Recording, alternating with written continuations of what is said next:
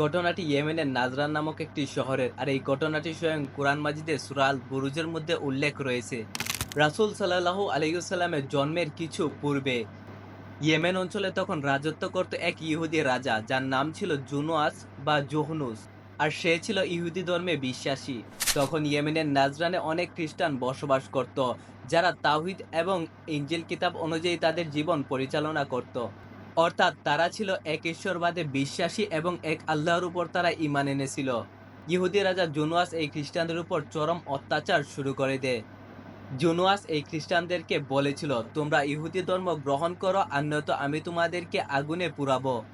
ঠিক তখন যারা আল্লাহর একত্ববাদ ছেড়ে দেয়নি এবং ইহুদি ধর্ম গ্রহণ করেনি, তাদেরকে বিশাল গর্তে ফেলে জ্বলন্ত আগুনে পুড়ে মারা হয়। আর কোরআনের ভাষায় তাদেরকে মুমিন অথবা ইমানদার বলার কারণ হচ্ছে তারা ছিল প্রকৃত খ্রিস্টান। অর্থাৎ তারা ইনজিল কিতাব অনুযায়ী জীবনযাপন এবং এক আল্লাহর প্রতি তারা ঈমান এনেছিল। তারা তাওহীদ এবং একত্ববাদের উপর অটল ছিলেন এবং ঈসা আলাইহিস সালামকে আল্লাহর নবী হিসেবে তারা মানতেন।